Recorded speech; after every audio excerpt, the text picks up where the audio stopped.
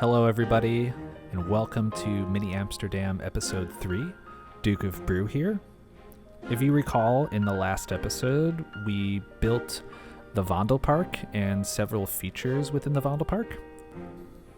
Today we'll be building a neighborhood adjacent to the park, the Vondelbuurt, which means Vondel neighborhood. I'm really excited to show off this content, so let's get started.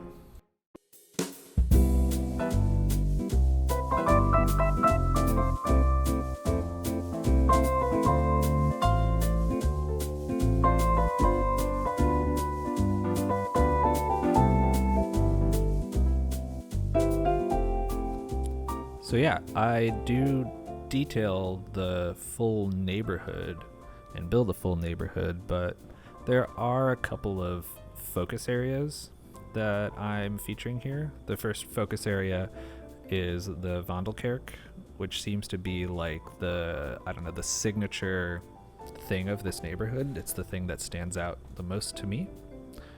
And then we're building a custom intersection at the corner of the neighborhood. And then the third area of focus is, you might have seen it on screen, but there's this big warehouse in the middle of the block, and there's a square in front of it and a fancy crosswalk at that point in the street. We're going to focus on that too. And outside of these focus areas, I'm not doing too much up close detailing. I'm trying to get the broad strokes in. The buildings in the streets really just shine by themselves, and this project is more about the networks and the intersections and the church more than anything else. I'm really blessed and fortunate that there are so many great assets on the workshop for Amsterdam and Dutch cities in general.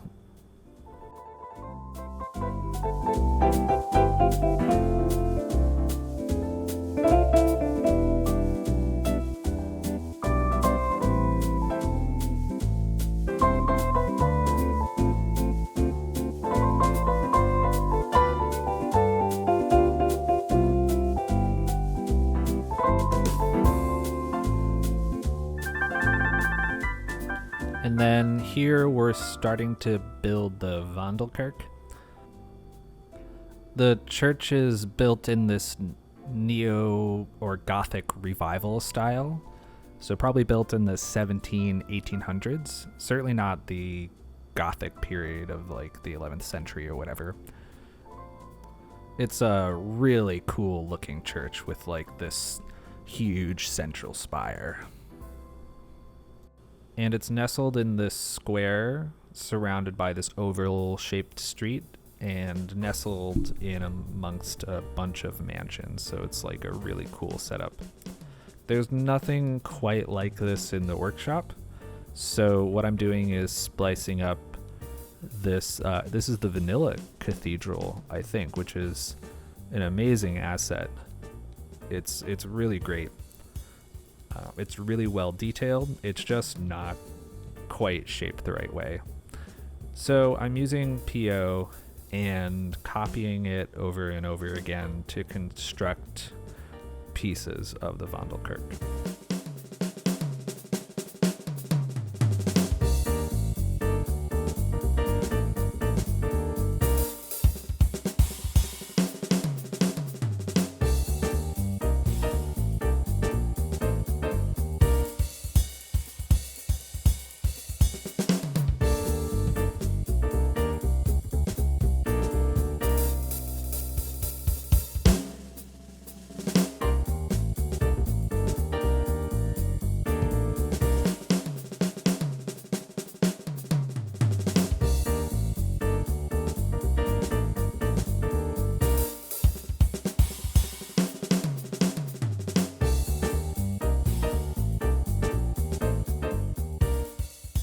As I'm getting back into placing down more buildings and building out the block, I just want to talk about the style of this neighborhood a little bit.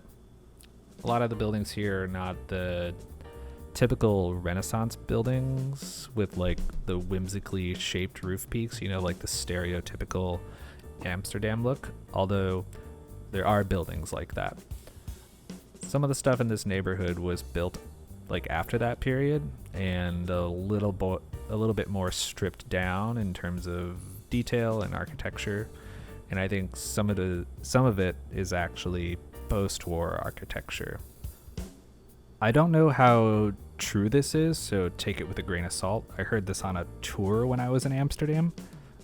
Apparently, if you were a property owner, you would be taxed by how much street space your property took up. Like literally how much of your property touched the street. So this made small lots incredibly valuable in Amsterdam, and also encouraged you as a property owner to build up and not out, which is why you see the form of architecture that you see in Amsterdam. Lots of skinny houses.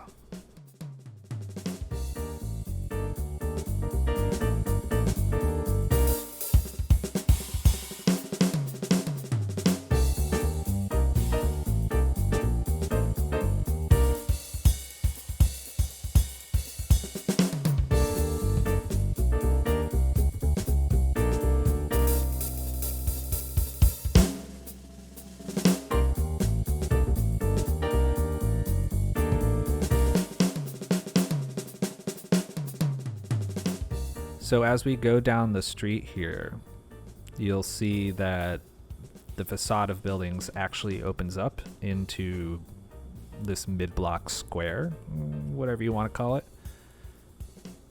And I'm surrounding this square with these Edinburgh row houses, these absolutely beautiful brownstone assets. In reality, these buildings are, I think, a post-war modern style. But these assets matched the brick color of the buildings in reality, so I think that they fit well, especially because, they don't necessarily... Like, I could be convinced that they were Dutch if somebody told me. That's basically my justification for using them. So with this warehouse here, I wanted a very specific look for it, and I am doing the same trick with PO that I did in episode 2 with the restaurant, where I'm using one asset for the roof and another asset for the facade. We're definitely going to talk more about this warehouse when we come back and detail the square and make the crosswalk.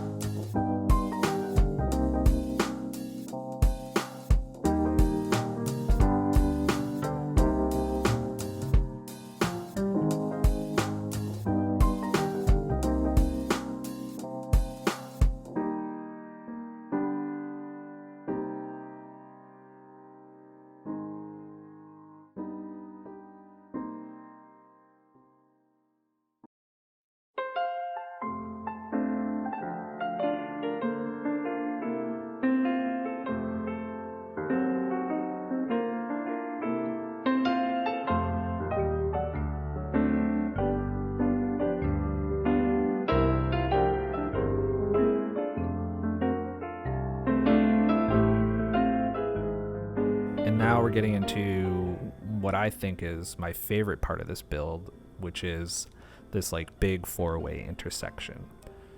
I did a fair amount of experimentation with this intersection, experimenting with different assets in the asset editor, modifying them, overlaying networks on top of each other. I did a whole lot of stuff in experimentation. On Google Maps, you can see there's a lot going on with this intersection. There's a lot just compacted in, separated bike lanes, car lanes, left turn lanes, tram platforms, all in one place. And no single asset from the workshop has exactly this configuration. So I needed to modify existing ones. So I mess around in the asset editor to turn some lanes off in some roads, change them to something else. I knew from the beginning I would use this bike network asset, which is actually functional, and I knew that I wanted to overlay that on top of the road. Not only does it look good, it looks accurate, but it's also functional. This is the only way that I knew to like visually distinguish it and also have the freedom to make the shapes that I wanted with the network. Specifically, I wanted to make sure that the bike network had the opportunity to diverge from the road network and be like non-parallel, etc. You'll see that in the curves that transition the bike lane from one asset to another, the fat road to the skinny road. I did have to make that bike network one way in the asset editor. By default, it's 2-way. And now it's tough to work with actually because there are no visuals telling you which way the direction is, like you know how you get the arrows on a one-way road when you draw the one-way road. Well, it's not the same here. So yeah, that's a little tough. And for one of these assets, the skinnier of the two tram road assets, I wanted two variations. One where the bike lane was on the sidewalk, so I had to move the pedestrian lane outward from its default so the pedestrians didn't walk on the bike lane. And then the other variation, which I don't even use in this episode, I don't think, is where I ban parking in the parking lane in the editor. It's just nothing, and I can overlay the bike network there as well in that lane.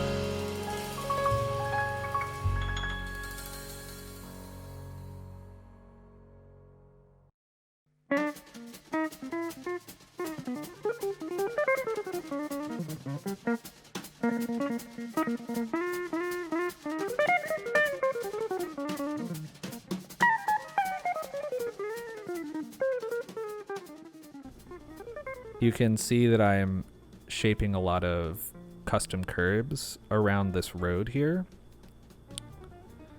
I turned the outer car lanes off, so now the space is considered pedestrian space that will become the home of trees, garbage cans, bike parking, etc. And also one side of the curb shapes the introduction of the right-hand turn lane. Yeah, the right-hand turn lane is not functional right now, but in the future it's my goal to make it functional. This is possibly the most painstaking part of the build. All of this zebra striping, the traffic poles, the catenaries, etc. This is incredibly painstaking. So initially I thought that I could create each pole with one asset and use procedural objects, the procedural objects text customization feature, and stripe the pole using a bunch of like boxes in that feature and have them be alternating colors. Unfortunately, that didn't work out. So each individual stripe is its own prop, and I had to like layer them on top of each other manually. You can see that the procedural objects like directional reticle or whatever it's called is so big that actually when I was working with these tiny objects, I couldn't see behind that overlay. So I was like working blind a little bit. But it worked out, and this work will totally be worth it because I can copy and paste this to every part of the city for the rest of the project. The traffic lights and the crosswalk lights I actually think are from Berlin because they feature the little Ampelmann symbols. They're not totally accurate, but I decided to use them because they came with the tramroad asset. I think all of it's done by Kluss. There are also a fair number of detached mansions or houses, estates, or whatever you want to call them, in this neighborhood. They mostly abut the Vondelpark itself. Those are like stunningly ornamented. If you take a look at them on Google Maps, there's honestly no way to do them justice in this game. The assets and the variety of assets required just don't exist. So you'll see a little bit later, I do my best to use the mansion assets that are available to me and using some other smaller assets to splicing them together to create larger buildings. You saw that in, I think, episode 1, where I just experimented with that a little bit. I think I do a much better job at this in this episode. Despite that, I'd still love to hear your feedback and comments about how I can improve this.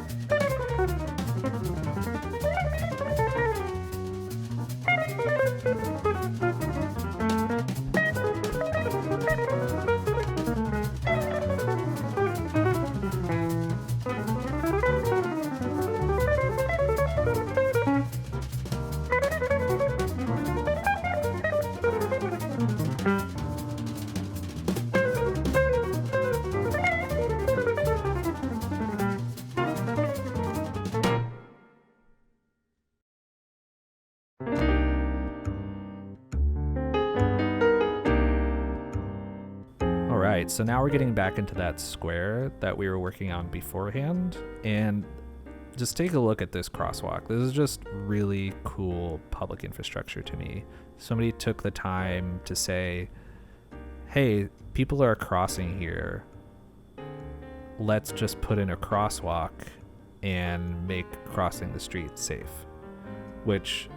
So I'm American, and that's just a mind-blowing decision making to me. The first thing that I do here is, I draw out the crosswalk, and then I ban parking on this little section of the road. And with the parking lane roads, I extend the pedestrian space in the sidewalk outward. In reality, the car lanes actually bow outwards, so there's this space for these little safety curb islands. I probably could have done a better job creating that illusion by doing a little bit more custom curb shapes, but I got the general idea here. Again, broad strokes. I'm really happy with how the markings for this crosswalk came out in general. The crosswalk extends over the bike lane to give bicyclists an indication that pedestrians would cross here. The X pattern, where pedestrians cross the tram lanes, is accurate. I'm assuming the square dots that are in the lanes are there to warn cars and trams to slow down. And I'm glad that I was able to replicate that pretty easily.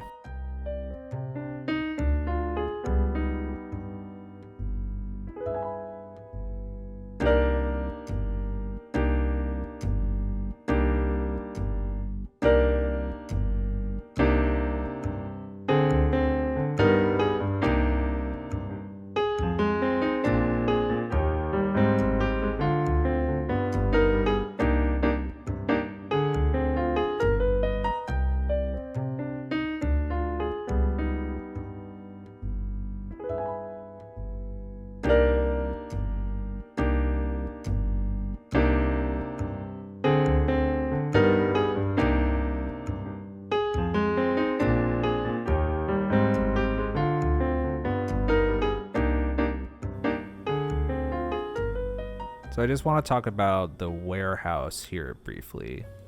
So you probably saw on Google Maps that at one point there's a tractor in front of this warehouse. At one point the square is under construction. I took a closer look at the warehouse and it looks like it has like window adornments like a church.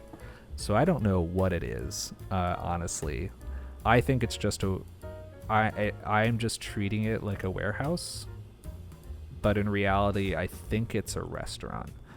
It could have been a church in the past, and before that, it could have been a warehouse. As we're wrapping up the detail to the square, what I'm doing in this little back lot here is just throwing down some trucks like it's actually parking for the warehouse, and just doing very minimal detailing around that. And then this is where I start doing all the detailing for the neighborhood: gardens, driveways, fences, gates, bicycles, garbage, etc. All the foliage. This is going to be pretty standard stuff for every episode, so I don't feel like I need to talk about it too much. So until the end of the episode, I'm going to leave you with some music, and I'll see you in a few.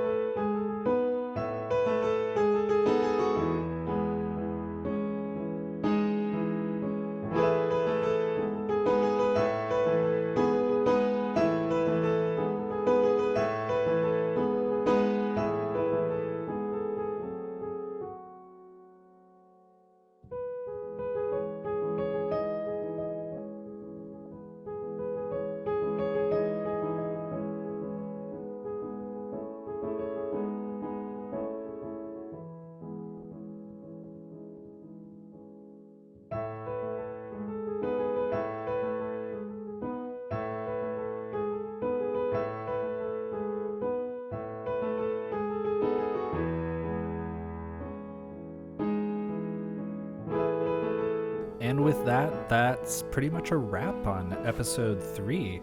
If you liked what you saw, please leave a like. If you have any comments or feedback for me, please leave a comment in the comment section. If you want to see more of Mini Amsterdam in the future, please subscribe to the channel. Hit the bell icon for notifications on future episodes. Until then, my name is Duke of Brew, and have a wonderful rest of your day.